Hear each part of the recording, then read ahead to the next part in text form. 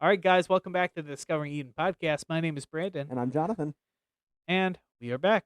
Yeah, continuing our We discussion. actually continued a week after our last one. I know. Isn't that crazy? It's like things are slowly starting to get back to normal.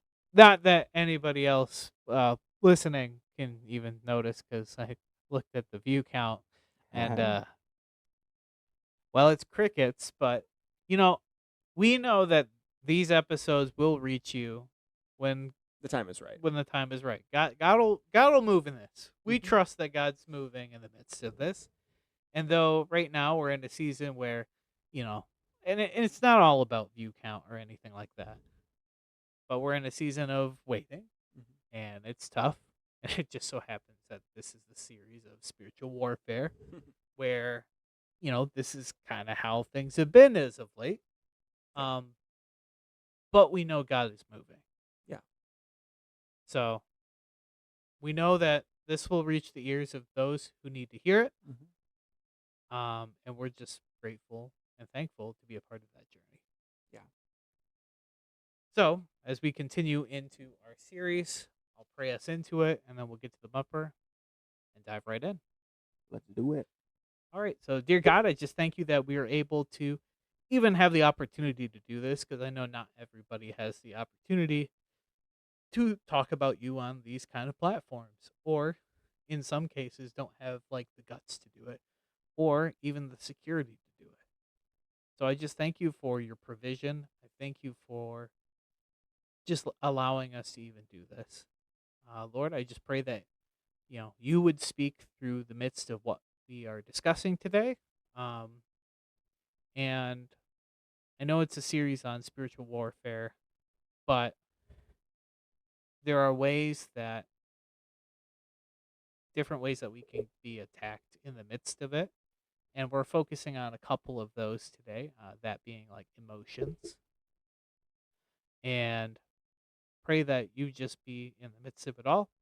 And then whatever is from you, that would be magnified and lifted up. And whatever is from us, um, if it's not from you, that it would fall to the ground and be forgotten.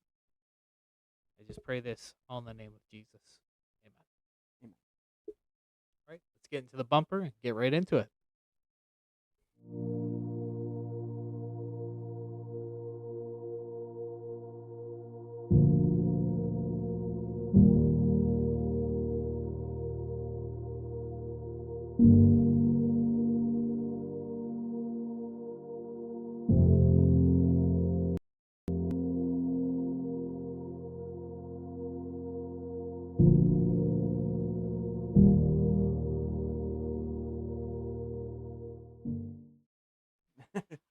All right, welcome back.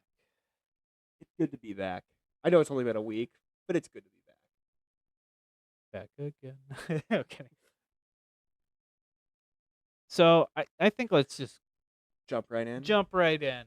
So I know these past couple of episodes been kind of going off of a list I kind of categorized Mhm. in different ways that spiritual warfare can affect like people and different stories that you see within the Bible. Mhm. And the one thing we're going to be talking about today, for the most part, is the impact that emotions can play in spiritual warfare. Whether that's as a result of something prior happening and your emotive response, triggers like negative action, or if something happens and you respond in a negative way Yeah. emotionally to it, that can impact your spirituality. Sure. Maybe I didn't do the greatest job describing No, that. I think you did a good job. Good job, Brandon. Like, I guess to put it into perspective for like an example, Sure. like sometimes and this is coming from our perspective of we can be burnt out sometimes Sometimes. with trying to like apply for different ministry jobs or different things like that, and we just feel under attack And the emotion is we're getting exasperated because, our patience is running thin. We're like, God, what's happening? Why Mhm. is this happening? You're kind of losing that patience, so you're not so stoic and all those things that we almost put on as a facade as guys in culture, Mhm. where we have to be stoic. We can't let anything move us or shake us. I've never been good at being stoic. I'm gonna be real. I'm a very much wear your heart on your sleeve kind of guy. Well, and I think like so often I've been almost conditioned Yeah, to act like that in culture. So like it's e- definitely a cultural thing. yeah, Yeah, where don't discount that. it's like guys can't cry, guys can't, Joke's X on Y you. I Z. cried last night. Just kidding. I didn't, but don't tell anyone if I did. But it's that kind of thing where you can't show emotion. That's Mhm. weakness. Different things like that. Absolutely. Those are some of the lies that you're told. Um, and I think that kind of interplay kind of also can be related to like your emotional response Sure. to some of the spiritual warfare. Because if you think of it, the enemy speaks in lies, Mm-hmm. and just like the lie that culture tells you of you have to be stoic, guys can't wear their hearts on their sleeves, XYZ. Mm-hmm. That's a no go. It's kind of like the same lies of the enemy, and it's just how do we emotionally respond to it. Sure. And maybe I'm talking about a cultural thing versus an emotional thing, but I think there's some interconnectivity there. Well, yeah. I mean, well, and it really just comes down to is what mask is the enemy wearing in this situation. You know, he could very well be lying through culture, and I don't know. I don't really know where I'm going with that, but it sounded good in my head.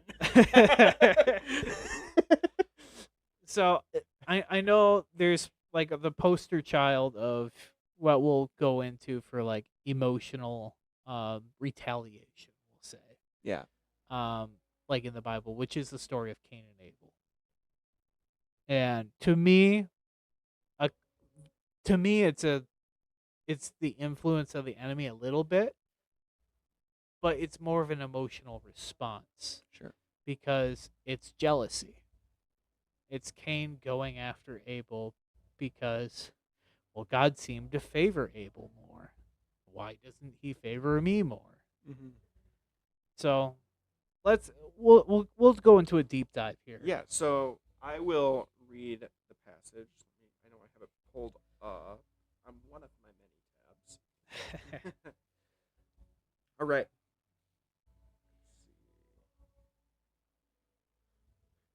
All right. Get your popcorn ready. Buckle in.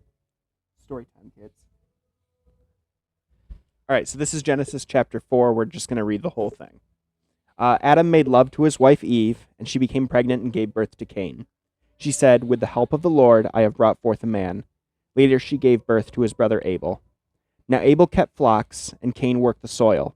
In the course of time, Cain brought some of the fruits of the soil as an offering to the Lord, and Abel also brought an offering, fat portions from some of his fat portions from some of the firstborn of his flock. Got to read slower. The Lord looked with favor on Abel and his offering, but on Cain and his offering he did not look with favor. So Cain was very angry, and his face was downcast. Then the Lord said to Cain, "Why are you angry? Why is your face downcast? If you do what is right, will you not be accepted? But if you do not do what is right, sin is crouching at your door.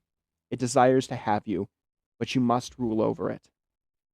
Now Cain said to his brother Abel, "Let's go out to the field." While they were in the field, Cain attacked his brother Abel and killed him. Then the Lord said to Cain, "Where is your brother Abel?" "I don't know," he replied. "Am I my brother's keeper?" The Lord said, "What have you done? Listen, your brother's blood cries out to me from the ground. Now you are under a curse and driven from the ground, which opened its mouth to receive your brother's blood from your hand. When you work the ground, it will no longer yield its crops for you. You will be a restless wanderer on the earth." Cain said to the Lord, "My punishment is more than I can bear. Today you are driving me from the land, and I will be hidden from your presence. I will be a restless wanderer on the earth, and whoever finds me will kill me." But the Lord said to him, "Not so. Anyone who kills Cain will suffer vengeance 7 times over. Then the Lord put a mark on Cain so that no one who found him would kill him. So Cain went out from the Lord's presence and lived in the land of Nod, east of Eden. Cain made love to his wife and became pregnant and gave birth to Enoch. I think probably we'll just end there because then it goes, Yeah, more in genealogies. genealogy. But I think, okay, there is a part of that whole story that really stuck out to me, and it's right before Cain killed Abel. And it was basically, then the Lord said to Cain, "Why are you angry? Why is your face downcast? If you do what is right, will you not be accepted? But if you do not do what is right, sin is crouching at your door. It desires to have you, but you must rule over it." It's almost like even before the fact, God's saying, "Hey, you're about to do something maybe pretty stupid. Don't do it. Like, just take a step back. Don't allow your anger and your frustration to dictate your actions in this moment, because it's going to lead you to sin." And, well, Cain obviously gives into his emotions, his anger, and completely disregards what God tells him in that moment and kills Abel. It's just interesting to me, that stood out, that even before anything happens, there's almost a call out, like, calm down, buddy, calm down. But even in the same vein, like you look at that exact same verse or verses Yes. that it was. Yeah. I know this, kind of talking about like within my own family, where there's some people in the family that when they get angry, if you try to talk to them in a small voice, they get angrier. So part of me thinks that almost is the case with Cain, where it's like the calm down buddy from God almost riles him up more. Sure. And basically just adds fuel to the fire of, why are you saying that I'm doing less than Abel? I mean, because does it maybe here, I'll pull it up myself. Like, I was thinking of things as you were kind of going through it, and I'm like, does it specifically say, "Oh, Cain didn't give the first fruits of what he was doing"? Like, at least in the NIV, which is the version, I don't know if it's different in other translations, but in the NIV it just says, "In the course of time, Cain brought some of the fruits of the soil as an offering to the Lord." Some of the fruits versus and Abel it says the firstborn of his flock. Yeah. So he's not giving to God first. And obviously, and this is kind of in the vein of, why is the God of the Old Testament so much, more harsh than that of the New Testament? Like, you hear that argument a lot, even though I think it's unfounded, because it's absolutely God's exactly the same. But something to keep in mind for, let's say, the book of Genesis and some of the earlier books as well. A lot of these were stories passed down orally. So they're to make points. Not saying that the genealogies are wrong, because I do believe the genealogies are actually accurate. Yeah. However, there is this little bit of thing of, these are oral stories passed down. A lot of what's going to stick out are things that are, black and white, let's say. Sure. Things that are, it's storytelling 101, Yeah. right? There's going to be something that sticks out, something so different from another. That's what makes a story memorable. That's why you have David and Goliath. Also, another orally passed down, which we talked about. Yeah, these are passed down stories or storytelling. So a lot of these are storytelling. Are they necessarily happening word for word? That's up for debate. Sure. I'm not necessarily in the position to say, "Oh, this is word for word, X, Y, Z." All we have is what we have.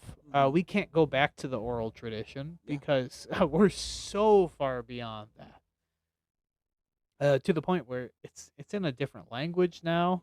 Like it's not like the other doesn't exist, but so that's kind of a little aside for No. Cain and Abel. Mhm. And then another thing that kind of stands out for me for Cain and Abel is so this is where the younger brother treatment came in. You say that as an older brother? Hey, I'm saying this as an older brother. So it's like, Cain, I understand. However, um, it's I think even like for me, I find that I relate to Cain a lot. Sure.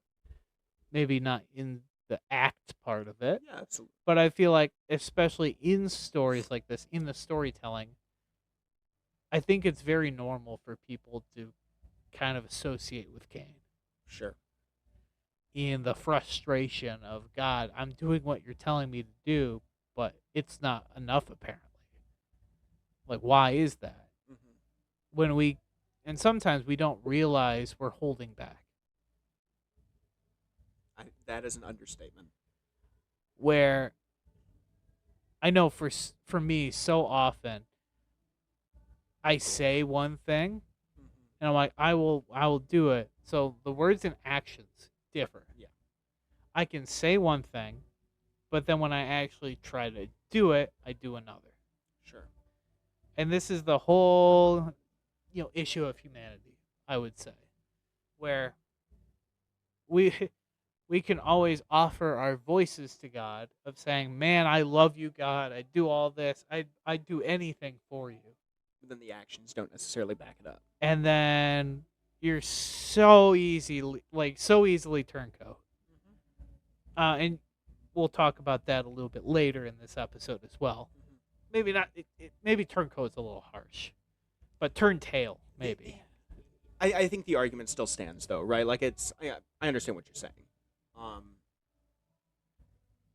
Yeah, you think about it, most of us are, again, not in the exact same way in that, oh, you take somebody's life, but we're Cain in a very general sense, you know. And I mean, anger is something that I think a lot of people deal with. I deal with it. Um, Honestly, and I'm not necessarily happy to say that's probably one of the negative emotions that I show the most. More frustration than anything. Sure. But like I'm generally a teddy bear, like, but you don't want to poke the bear. Sure. Just like this saying Cliche goes. is a cliche for a reason, right? It's like fear the quiet people. I mean, part of that's true.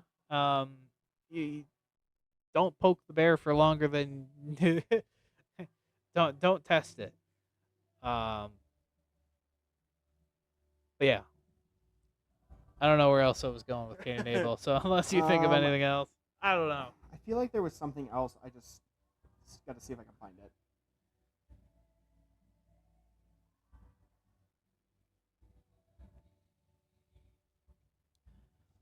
Like obviously, it doesn't necessarily specify like the enemy kind of communicating like sins at your door kind of thing. That's So like what's getting Cain to think of these things? Yeah. So he's tilling the land, crops, all that. I don't know, maybe he's just like, man, my brother's not working as hard as I am or something. Like I don't know, some lies like that. Yeah, sure. And it's like, and then he gets favored. Like it's all these like little petty. Yeah.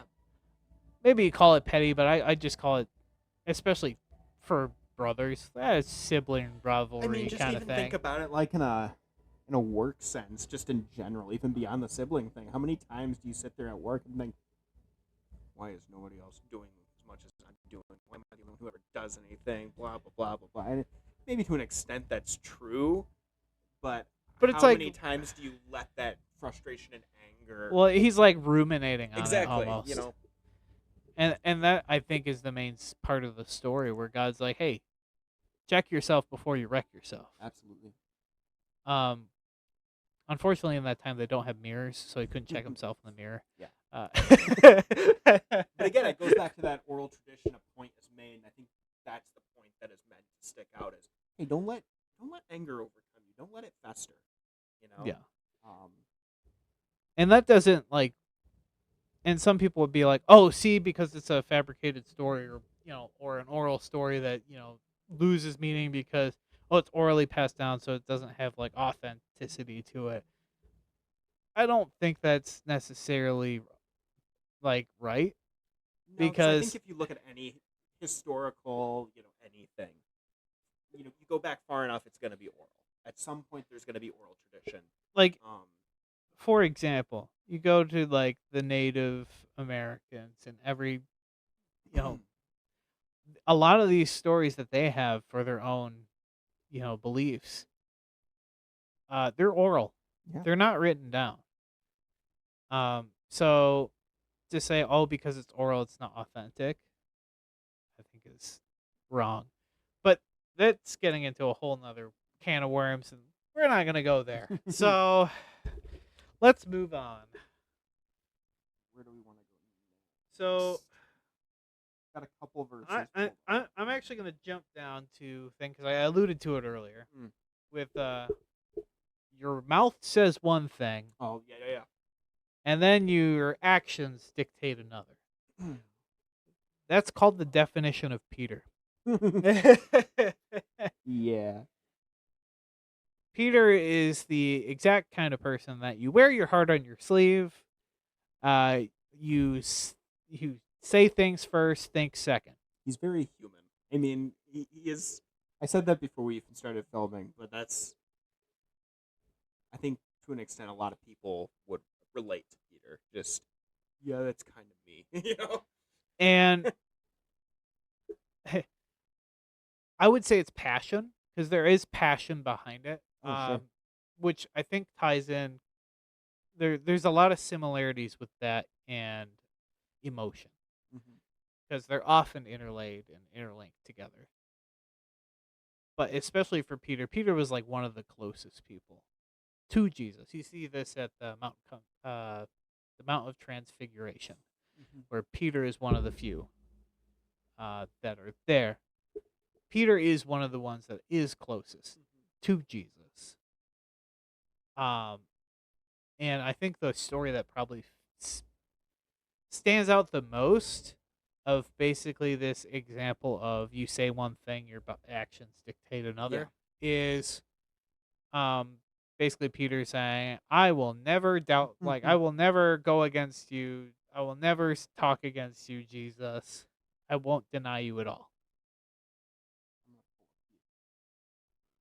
And to that, Jesus is like, nah, before sun rises, you'll deny me 3 times. He's like, nah, can't be. Sure enough, he denies Jesus 3 times. And then he's guilt written over it. He's like, I'm not worthy. I'm not lovable anymore. He's the guy that will act like his emotions dictate a lot of what he does. But it's just because of how passionate I think he is. Yeah. He's all gung-ho. But then he got, scared because, death is a thing. Yeah. Like I said, he's very human. I mean, yeah. The panic sets in. It's just fend for yourself kind of thing. Which it's very real. And I can only imagine the kind of spiritual warfare that's there at that 100%. Time. And this is part of why I have some of these passages and different things in here is it doesn't specify in the Bible where spiritual warfare is necessarily. Sure. The amount that would have been on Peter is immense. Immense. I mean, you even see this with the Garden of Gethsemane. And the disciples are there. They're praying with Jesus, but they fall asleep. And Jesus is like, y'all fell asleep. Really, guys? Really? It's like, really? I know what's about to happen. You guys fell asleep. Like, and and part of that, like, to me, is spiritual warfare in some facet. But you're like, sleep's a natural thing. They're at, late at night. I mean, even you can be even awake, and when people pray, they most of the time pray with their eyes closed. What happens when you start going? Oh, he's gone. Because I know people that'll fall asleep when they pray. Sure. I've done it at times when I pray late at night in my bed, like before bed, and then I finish the prayer up in the morning. Amen. you catch all that, God? Never mind the. There was a pause. There was a very very long pause, but it got to you, right? We got there. We got there. It's just a really long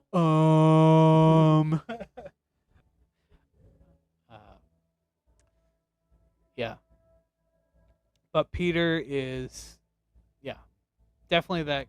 I'll speak something and then do something different. And a lot of times, like, hypocrisy is something that's thrown around in the church a lot. Oh, yeah. Where, oh, you guys are the people that you'll say one thing and do another. Like, you say you're against this, but then you condone it because your actions dictate that you do. Yeah. Or there's so many things that are wishy-washy. It's like, why can't you Christians all think the same thing? Great question. I wish I had an answer to that. I wish I did too. There was part of me that was thinking, let's see, what would I say? I really got nothing. So it's stuff like that where hypocrisy is just part of being human. Yeah. Just kind of going back to Peter a little bit, where your mind and your heart like want to say one thing, and your body does a different thing. Is influenced so much by culture and different things that it'll do something else. Like in the case of Peter denying Jesus. Well, why did he deny Jesus? Well, he did it to save his own bacon. Because clearly Jesus was, getting captured at this point, like in the Garden of Gethsemane. In one of the Gospels, Peter chops off the ear of, one of the soldiers, and Jesus is like, no, don't do that, buddy. There you go. Back on. It's like, we're not here to fight.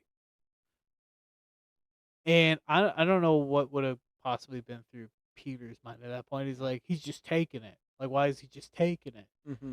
And then he realizes the gravity of it all. Oh, people want him gone. And if I'm associated with him, I will be next.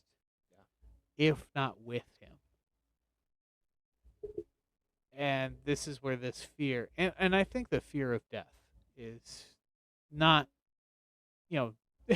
it's not something that is unnatural. Not at all. I think you talk to most people, and I think most people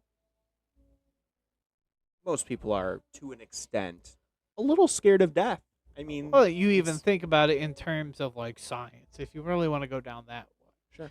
Okay, so what constitutes to continue your lineage? Well, you being gone isn't exactly conducive to that, and you kind of want to survive. Self-sacrificing yourself isn't exactly what I would call surviving. And I mean, you hear like fight or flight kind of response. Well, Peter starts to fight it and then turns to flee. Yeah. Well, and both of those responses, the fight and the flight that Peter goes through, They're both they're both emotional. very emotive responses to the situation that's happening in that moment. I mean, maybe you could say they're like primal in a Sure. way, but Yeah. we'll kind of get away from that whole conversation. Sure. But But in a general sense, yeah, I understand what you're saying. I mean, very impassioned, but yeah, and very then human. another emotional person, I would say that's in the Bible, Mhm. and you could say this is either right or wrong, is Jonah. Yeah. And I know we've talked about this earlier on in the podcast. I don't remember exactly where. We've mentioned Jonah a couple times. Yeah, he's been around. He's a But- recurring cast member. Of this is a prophet, Mhm. but it's almost the prophet of this shows why God is good and mankind not so much. not mankind. Yeah. And God can use anybody. Mhm. Because Jonah notoriously doesn't want to help the Ninevites. Yeah. He wants them gone. Yeah, he's kind of just, I don't feel like it today. He's like, It's- I don't really like them. They've done evil in the sight of the Lord. So surely the Lord will do away with evil, right? And then God says, so I actually want you to go. And, you And- know, give them a talking to, Exactly. and say to come to me and see what happens. Let's show a little mercy, a little forgiveness. So And Jonah then says, Jonah does it. I'm here waiting for the popcorn, God. All right, let's go. Any day now, this fire and brimstone, I've been looking to see it. you still want me to go? It's like, wait, no, you want me to go to them. Tarshish, let's go there. I'm feeling That's the edge of the world, right? Or so says Jonah. So he goes there. A storm's happening. Uh-oh. I'm sure it's fine. I'll go sleep in the ship. Surely it has nothing to do with the Ninevites and me not doing what I've been told. Now, here's a. I know we're kind of spark noting. Oh, this is more than Spark Note. this This is the SNL recreation. But here's a thought that just popped into my mind when talking about Jonah here. So the storms and everything that are happening because Jonah disobeyed God, would he consider that spiritual warfare? That is a great question. I never thought about that. Would Jonah consider it spiritual warfare? Or like, would the storms be like, oh, Jonah's like, see, the enemy's preventing me from going to Tarshish. Ooh. Like kind of spinning it in that way. That is an interesting Instead of question. God trying to direct you elsewhere. Yeah. He might, considering, again, it's hard to know. I mean, it's a theoretical, but I know I could see it. I know I'm putting out the question. Yeah. Because sometimes, and I know we talked about this earlier, where it can sometimes be hard to discern the voice of God versus our own voice or the enemy's voice. Well, and it's very interesting that you even bring it up, because Jonah is somebody who really wanted to hear his own voice in this situation the whole way through. He didn't want to go. So it's possible that maybe that's, again, we don't know. And but- maybe he went to the bottom of the ship because he wanted to sleep, because he's like, ignore. Ignorance is bliss. Yeah. We'll just keep going in the direction we're going. Mhm. And then, the people on the boat, they're like, ah! Get the buckets, men. The ship's going down. Shiver me timbers.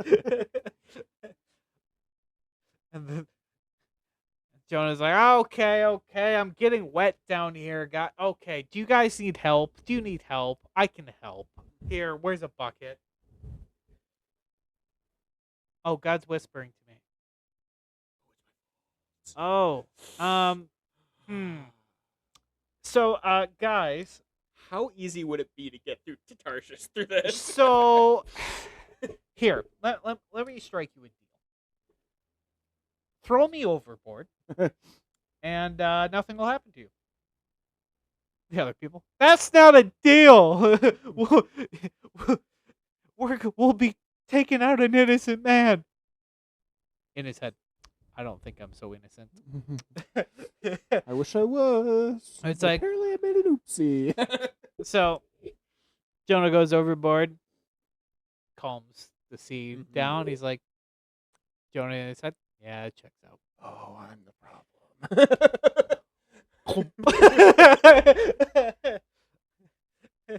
He got eaten like popcorn. No, I'm kidding. And then he has a real heart to heart with God because he's he's really not close to the heart of the fish at that point. He's like, you know what? I didn't really want to be fish food, God. Let me level with you. Here, I'll do what you want me to do. Actually, I have a change of heart.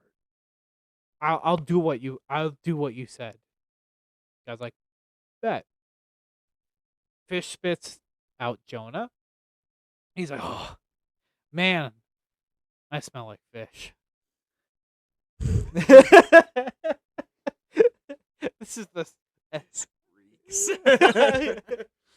you know, I don't think I'm gonna have fish for well, any time in my life. What am I anymore. gonna do with all this tartar sauce?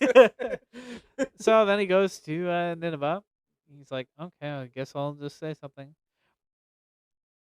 And should I make this joke? I don't think I should. You know what? I'm not gonna make the joke. I really want to, but I'm not going to. It's for my own better You can tell me after this. judgment. So then he does it.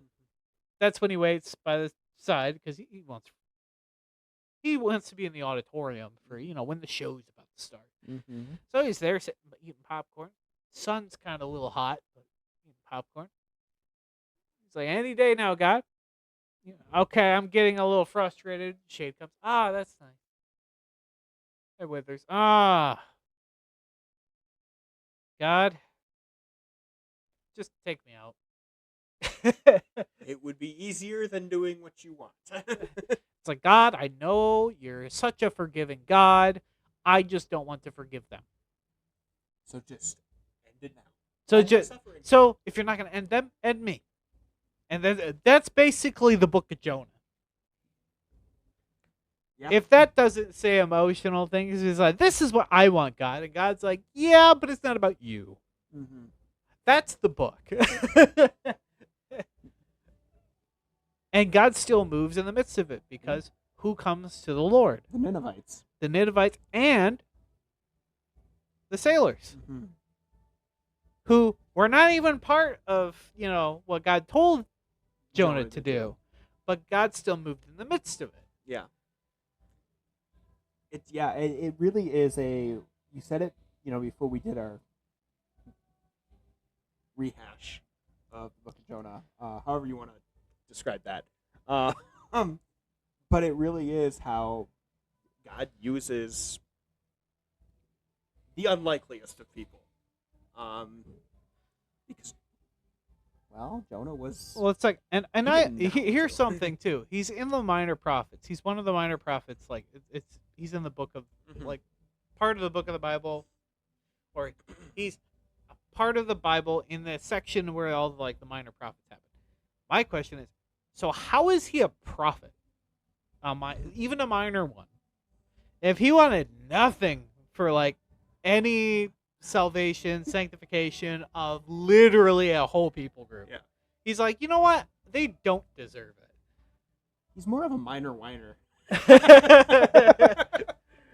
I'm kidding. I'm kidding. But Kind of. it's questions like, I'm like, so how is he a prophet? Yeah. I mean, I guess he prophesied of potential doom that they could Sure. have had. But he really is. He's a complainer. I mean, he spends the whole book complaining about why do I have to do Well, this? he's I don't happy when want good to. things happen to him. Yeah. Well, who isn't? Well, and that's the thing. It's like that's a very human Sure. person there.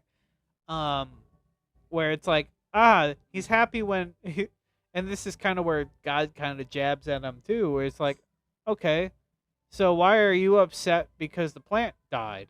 Mm-hmm. Because the plant was there to shade Jonah in the midst of all the heat. And Jonah liked it because he's like, oh, see, it's nice. Awesome. Cool. And then it dies. He's all upset and complaining, and he just wants to end his suffering. And it's just like, well, you were so grateful for it before, and then once it was gone, because both came from me. Mm-hmm. This is God talking to Jonah. He's like, so why are you up in the tizzy? Like, what gives, man? Can I not give and can I not take away? Yeah.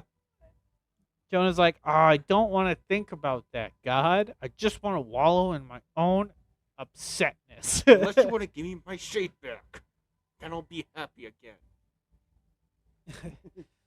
No. But again, that's another one where there's emotion attached to it. He is a But in the terms of spiritual warfare, and I know I mentioned the one side of things earlier,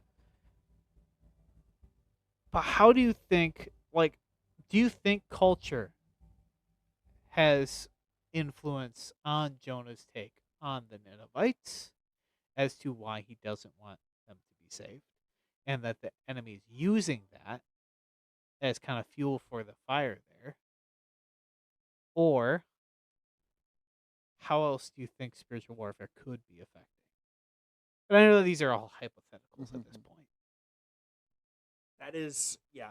My gut inclination would be that culture has something to do with it. Say how much, I don't know. But that it's also what kind of relates it even to us. Oh, for sure. Um, I mean, you look at our own, current culture. How many times do we, how many times are we like Jonah? For a lack of better terms, where it's just, are they really deserving? Is somebody really deserving of that if they do X, Y, Z? Are they really deserving of your grace and forgiveness and mercy? I mean, how many times does that happen in our current culture? A lot. I would say it happens a lot, and it's or you think of someone, oh, these people could never be loved Sure. or never given a second chance, Sure. which is just wrong because God gives each and every person a second chance. It doesn't matter how you look, who you are. It does not matter. Yeah. Any background, any status, nothing. Everybody's at the level playing field. And for us as humans, it's kind of hard to comprehend that. It's easy to say. Oh, 100%. And this is where this is, again, another place where actions can differ from what you say. Because you could say, I would say, oh, I would gladly give over my life to save somebody else. But when push comes to shove, would you actually do it? That's an entirely different scenario, circumstance. And who's to say how you would respond if put in that actual circumstance? Who knows? You don't know. You don't know. Not until you're faced And chances far are down. you probably won't be, but who knows? But I would think there had to be some sort of cultural influence on Jonah. Yeah, I would assume so, and I would assume that there was some spiritual warfare involved in that. And waffling's not the right word, but the enemy trying to bring him away from, or basically saying, oh, they deserve it. Different things like that, because you could also say, oh, that's spiritual. The enemy saying, oh, they deserve it. They don't deserve forgiveness. They don't deserve the grace and mercy. Yeah. They don't deserve any of that because of X, Y, Z that Jonah, attributes to them, categorizes them as. Yeah. And I think that's a lot of how spiritual warfare can fester. Because it uses maybe some of our own biases at times. Good way of putting it. To kind of go in the direction and start hammering home things. Because I know so often for me, when I feel attacked by spiritual warfare, it's because of my own insecurities, Mm, and the enemy latches onto them and drives them deeper. sure. And that's when I feel it the most. And I think that's probably very true of spiritual warfare in general. It takes something that you think and twists it or Blows it up. blows it or- out of proportion, yeah. or takes something that you know is true and twists it. Yeah. And makes you question it in a way where you lose confidence in it. Like, for example, in Genesis, Garden of Eden. What will happen if you really eat this fruit? Sure. Kind of like twist it, like, did he really say you can't eat from just this tree? Or all those kind of questions. Yeah. Yeah, and obviously it gets a lot more intense there. But let's see. So I focused on a lot of the emotional things that I had on this list here. Let's briefly talk about because I under this description that I have is I had the influence of emotions Mhm. and being under attack. Mm-hmm. Obviously, there are a lot of places in the Bible where like the Israelites and everybody's under attack. So obviously, that's definitely could be included as spiritual warfare because it's not just spiritual; it's also physical in some aspect. One of them I wanted to tie into was in the book of Nehemiah, or at least Nehemiah. I don't know if it's in. Pretty sure it's in the book of Nehemiah. Nehemiah 4, the opposition to the rebuilding of it. Yeah. I have it pulled up, so So- I can read it. But it's the opposition of basically rebuilding the temple that was destroyed. And obviously they're in Babylonian rule or whatever, so then they get permission from post-Babylonians to basically rebuild the temple in Jerusalem. Obviously, the people that have been there for a while that aren't, Israelites and everything, they're like, but I don't want you to build that temple because that symbolizes something we don't like. So then they have opposition to it. And that opposition definitely got into the ears of literally everybody at camp. Yeah. And I can imagine there would definitely be things floating around up there in the old noggin that it's like, man, I'm kind of afraid to be here. Mm-hmm. They're threatening us, Nehemiah. What do we do? Yeah. So it's where it's like have a hammer in one hand, sword in the other, or a shield or whatever it was. And if they come to attack, you can defend. But at the same time, we can build the temple. Because this is what, God's laid on my heart. And so they build the temple and they don't end up getting pursued.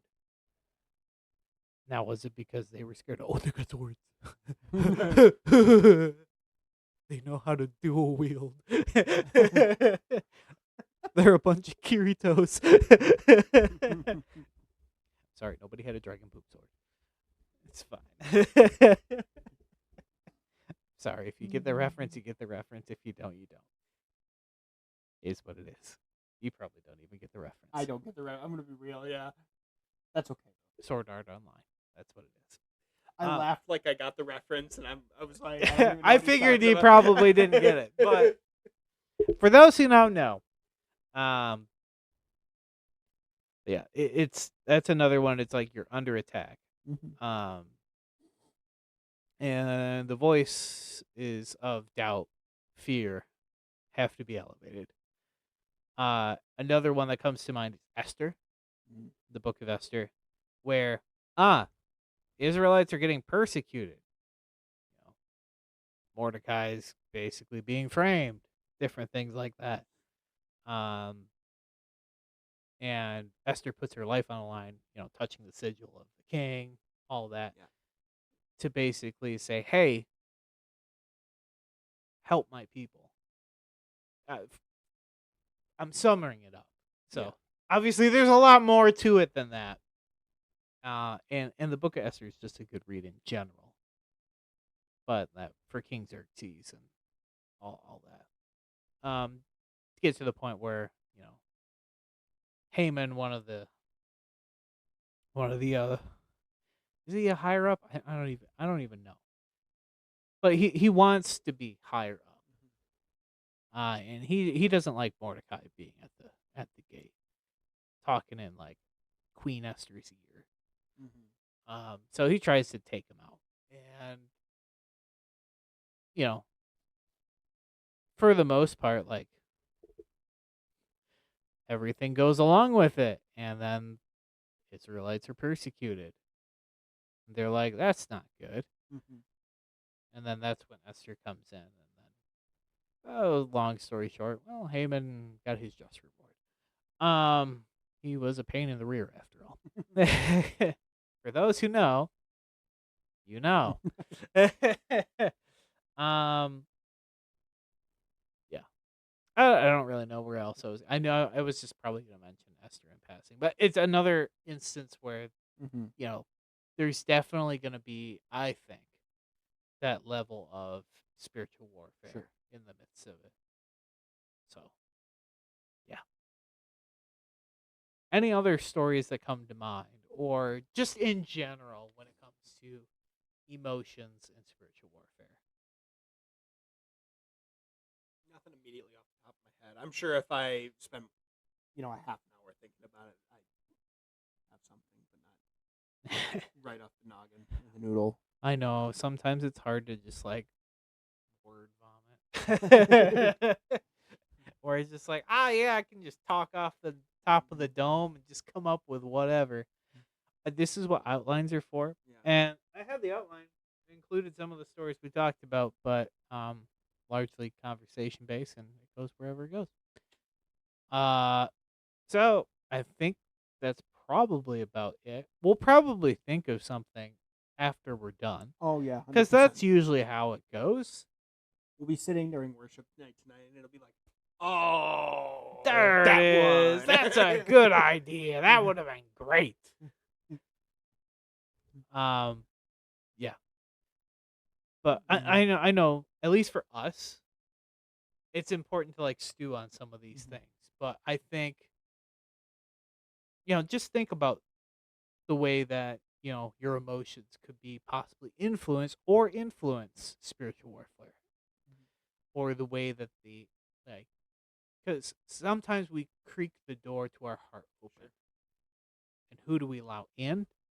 Sometimes emotions can creak open the door in ways that we don't want it to open, just like with the example of Cain. Yeah. Sin's knocking at your door. It wants to come in. Don't let it. Oh, anger creaked it open. Jealousy creaked it open a little bit. And then out comes sin as a result of it. So there's part of that. But anyway, hopefully that you were able to get something from this, as I know we have when we were talking about it. We'll see you next week, and take care. Toodles. See ya.